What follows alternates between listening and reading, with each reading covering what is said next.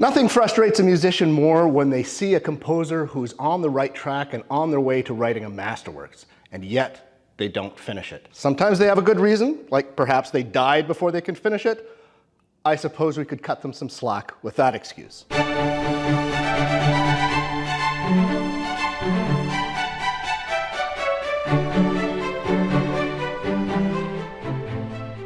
Hi, I'm Tim Hankewich, Music Director of Orchestra, Iowa. Masterworks IV already. That means we are a little over halfway through all our programs. I guess it's time we get serious about the season, huh? On our program, we have two pieces that were inexplicably left unfinished. We begin with Schubert's Unfinished Symphony, arguably his most famous symphony, and of course, Mozart's Grand C Minor Mass.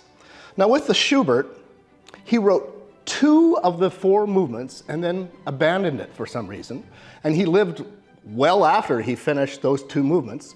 In fact, there is a 3rd movement that exists in piano reduction form and was beginning to be orchestrated, but he abandoned that. And there's only speculation as to why he didn't finish it.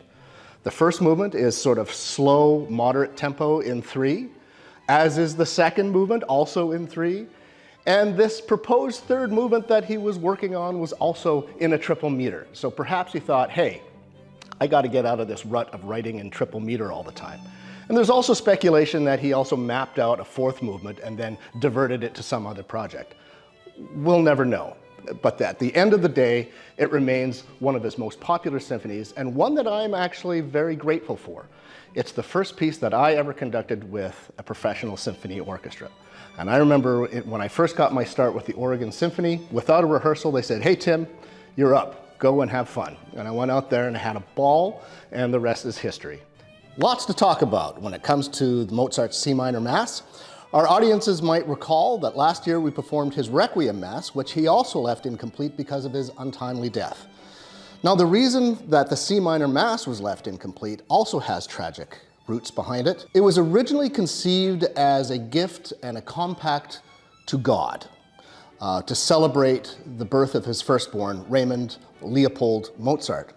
And it was also intended as a peace offering to his overbearing father, Leopold, and also to the Catholic Church. Salzburg was a very religious community. In fact, it was governed by the Archbishop at the time, and Mozart historically had a very rocky relationship there.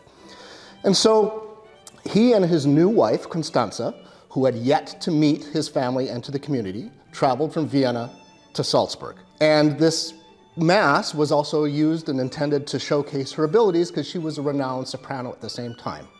Well, tragedy struck, and his firstborn, Raymond Leopold, died. And at that moment, all work on this Mass ceased. In fact, the last thing that flows from his pen is the movement Et Incarnatus Est, which is one of the most glorious arias you will ever hear. And so here we are with Mozart's arguably greatest choral work, outside of the Requiem, left incomplete. And yet, how can you leave this on the shelf and not perform it? Because our chorus is out of sight, and anybody who loves choral orchestral music, this is one of the pinnacles of the repertoire. So come join us on March 21st and 22nd to hear one of the great masterworks of all time, first at the Paramount Theater at 7:30, and then in Iowa City at the University of Iowa Memorial Union at 2 o'clock. We'll see you there.